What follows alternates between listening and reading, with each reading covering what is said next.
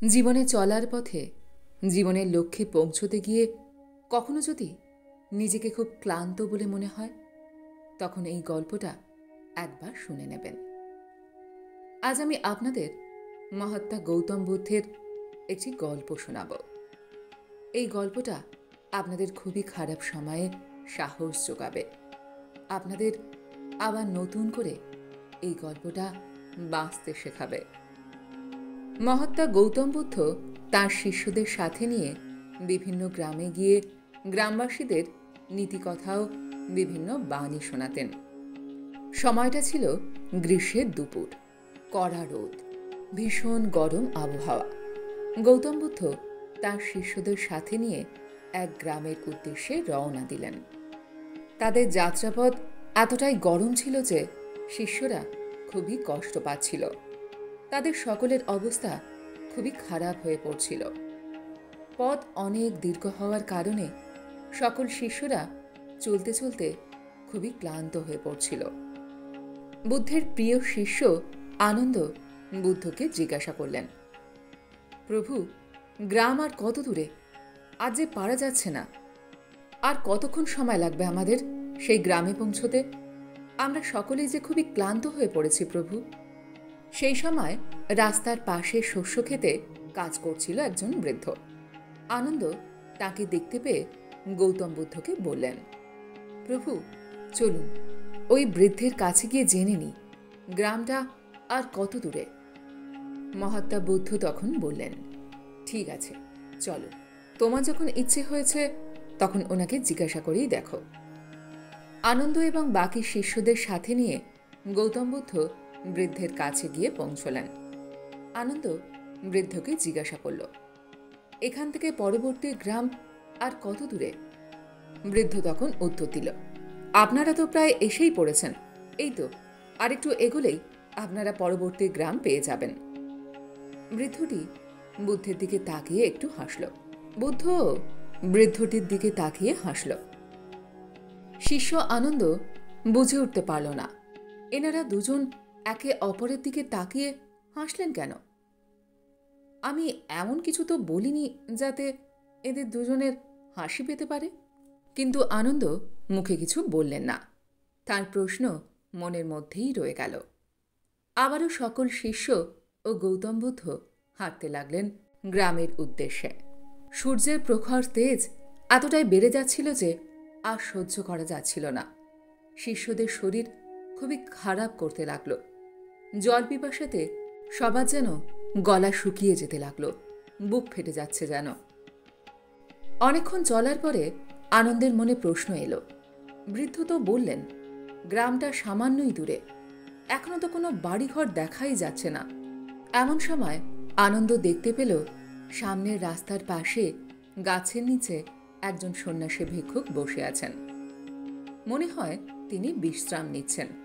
আনন্দ সেই সন্ন্যাসী ভিক্ষুককে জিজ্ঞাসা করলেন, সামনের গ্রামটি আর কত দূরে বাবা? সন্ন্যাসী তখন উত্তর দিলেন, আর বেশি দূরে নয়, আপনারা তো প্রায় এসেই গিয়েছেন, এই তো আর কিছুক্ষণ হাঁটলেই আপনারা গ্রামটা দেখতে পাবেন। আনন্দ তখন ভাবল, তাহলে তো আমরা প্রায় চলেই এসেছি। আবারও সেই সন্ন্যাসী ভিক্ষুক গৌতম বুদ্ধের মুখের দিকে তাকিয়ে মৃদু হাসল এবং একইভাবে গৌতম বুদ্ধও সন্ন্যাসী ভিক্ষুকের দিকে তাকিয়ে মৃদু হাসলেন। আনন্দ আবারও এই হাসি দেখতে পেয়ে খুবই চিন্তায় পড়ল। ভাবল, আমি তো সাধারণ কথা জিজ্ঞাসা করলাম, তাহলে এনারা দুজনে হাসি বিনিময় করলেন কেন?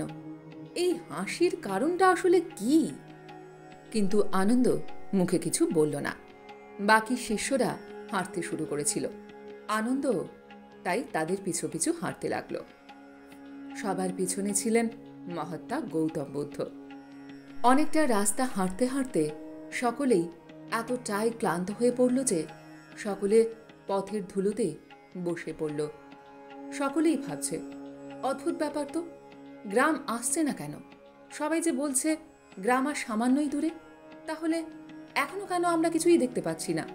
আর কত পথ হাঁটব, শরীর যে আর পারছে না। তাহলে কি আগের দুজন লোক আমাদের ভুল বলল, নাকি আমরাই ভুল করে অন্য রাস্তায় চলে এসেছি। এমন সময় আনন্দ দেখতে পেল একজন বৃদ্ধা মহিলা রাস্তা দিয়ে তাদের দিকেই হেঁটে আসছে। আনন্দ বয়স্কা মহিলাকে জিজ্ঞাসা করল, মা, গ্রাম আসতে আর কত দূর? আমাদের আর কত দূর হাঁটতে হবে? তখন ওই বৃদ্ধা মহিলা বলল, এই তো বাবা, তোমরা প্রায় চলেই এসেছ, আর একটু হাঁটলেই সামনেই গ্রাম পাবে। এই বলে বৃদ্ধা মহিলা বুদ্ধের দিকে তাকিয়ে অদ্ভুতভাবে হাসল। বুদ্ধ বৃদ্ধা মহিলার দিকে চেয়ে মৃদু হাসলেন।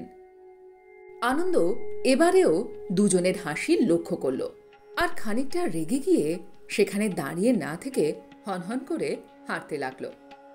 বেশ অনেকটা রাস্তা যাবার পর আনন্দের ধৈর্যের বাঁধ ভেঙে গেল। ঘাড়ের ওপরে রাখা ব্যাগ দুটো মাটিতে রাগে ফেলে দিয়ে বুদ্ধকে বলল, আপনি তো আমাদের শিখিয়েছেন ফালতু প্রশ্ন করা একদম ঠিক নয়, কিন্তু একটা প্রশ্ন অনেকক্ষণ থেকে আমার মনের মধ্যে যন্ত্রণা দিচ্ছে, আমাকে অস্থির করে তুলছে। বুদ্ধ তখন বলল, বলো, কি প্রশ্ন তোমাকে অস্থির করে তুলছে? আনন্দ তখন বলল, রাস্তায় যতজনের সাথে দেখা হলো সবাই বলল, এই তো আর সামান্য পথ পেরোলেই গ্রাম পাওয়া যাবে, অথচ সারা দিন আমরা হেঁটেই চলেছি, কই গ্রাম তো এখনো দেখতে পেলাম না। আর একটা অদ্ভুত ব্যাপার, সকলেই আপনার দিকে তাকিয়ে অদ্ভুতভাবে হাসছিল, আপনিও তাদের দিকে তাকিয়ে মৃদু মৃদু হাসছিলেন। আমাকে এই ব্যাপারটা দয়া করে একটু বোঝান, না হলে আমার মন আমি কিছুতেই শান্ত করতে পারছি না। আমরা নিশ্চয়ই ভুল রাস্তায় চলে এসেছি, তারা কি আমাদের সাথে মজা করছে? আর আপনি কি জানেন যে তারা মজা করছে আমাদের সাথে? তাই কি আপনারা হাসছেন একে অপরের দিকে তাকিয়ে? ভগবান মহাত্মা গৌতম বুদ্ধ খুবই শান্তভাবে বললেন, আনন্দ, আমরা একদম সঠিক রাস্তায় যাচ্ছি। যাবার পথে যাদের সাথে আমাদের দেখা হয়েছে তারা সকলেই আমাকে চেনে, কারণ আমি দীর্ঘ কয়েক বছর ধরে বহুবার এই গ্রামে গিয়েছি। ওনারা সকলেই আমার পরিচিত, তাই দেখা হওয়ার খুশিতে আমরা একে অপরের দিকে তাকিয়ে হাসছিলাম। আর আমি সঠিক জানি যে গ্রাম আর কত দূর, ওনারাও জানেন। ওনারা ভালোভাবেই জানেন গ্রাম এখনো অনেকটা পথ বাকি। তোমাদের শুধুমাত্র মনের জোর বাড়ানোর জন্য, অনুপ্রেরণা দেওয়ানোর জন্য, কঠিন রাস্তাকে মানসিকভাবে সোজা বানানোর জন্য ওনারা বলেছিলেন, এই তো গ্রাম আর সামান্যই দূরে। ওনারা প্রত্যেকে তোমাদের ক্লান্ত চেহারা দেখে বুঝেছিলেন, যদিও রাস্তাটা ছিল অনেকটা কঠিন আর অনেকটা দূর। এই সত্য কথাটা যদি ওনারা তোমাদের বলে ফেলতেন তাহলে তোমরা সকলেই ধৈর্য হারিয়ে ফেলতে। তাই ওনারা তোমাদের চিন্তাভাবনাকে আনন্দদায়ক উৎসাহ দেওয়ার জন্য এটাই বলেছিলেন। তোমরা চলেই এসেছ প্রায়, এই তো আর কিছুক্ষণ মাত্র। আমাদের জীবনেও ঠিক এমনটাই ঘটে। আমাদের জীবনে চলার পথ সবসময় মসৃণ হয় না। জীবনের সফলতার পথ অনেক কঠিন এবং দীর্ঘ হয়। জীবনের সফলতার পথ খুবই কঠিন, তবুও আমাদের চলতেই হবে। কে কখন কিভাবে তোমাকে অনুপ্রেরণা উৎসাহ যোগাবে তুমি নিজেই জানো না। নিজের লক্ষ্যে পৌঁছতে হলে অনেক অনেক বাধা বিপত্তি আসবে, ক্লান্তি আসবে, কষ্ট হবে, মনে হবে হার পাচ্ছি না, এবারে হাল ছেড়ে দিই। কিন্তু থামলে হবে না, চলতে হবে, চলে যেতেই হবে। অন্যদের দেওয়া প্রেরণা আর উৎসাহকে সম্বল করে অটল মনে সেই পথ ধরে হাঁটতে হবে। মনকে সবসময় দৃঢ় এবং শান্ত রাখতে হবে। মনে রেখো, বিভ্রান্তি থাকলে সফল হওয়া যায় না। এই বলে বুদ্ধ হাসলেন এবং আনন্দকে বললেন, আনন্দ, দেখো, যে গ্রামের জন্য এত উতলা হয়ে গিয়েছিলে, ভালো করে লক্ষ্য করো, দেখো সামনে গ্রাম দেখা যাচ্ছে। চলো এবার যাওয়া যাক। সকলে দেখতে পেল গ্রামের ঘরবাড়িগুলো দূরে থেকে দেখা যাচ্ছে। সকলে মিলে আবার নতুন উৎসাহের সঙ্গে মহানন্দে হাঁটতে লাগলো। জীবনে যখনই আমাদের খারাপ সময় আসবে আমরা এই গল্পটা সব সময় মনে রাখব। জীবনে কখনো হাল ছাড়বেন না, এগিয়ে চলুন। যতই কষ্ট হোক, যতই ঝড়ঝাপটা আসুক, এগিয়ে যেতেই হবে। আপনি হয়তো আপনার লক্ষ্যে প্রায় এসেই পৌঁছে গেছেন। ক্ষণিকের ক্লান্তি, দুঃখ, কষ্ট সবকিছু সহ্য করে সামনে এগিয়ে যেতে পারলেই জীবনের সফলতা আপনার জন্য অপেক্ষা করছে। যখন মনে হবে আর পাচ্ছি না, তখন নিজের মনকে বলবেন, আরও একটু চেষ্টা করি, দেখি না পারি কি না। দেখবেন এইভাবে একটু একটু করে চলতে চলতে দেখবেন ঠিক পৌঁছে গেছেন আপনার লক্ষ্যে।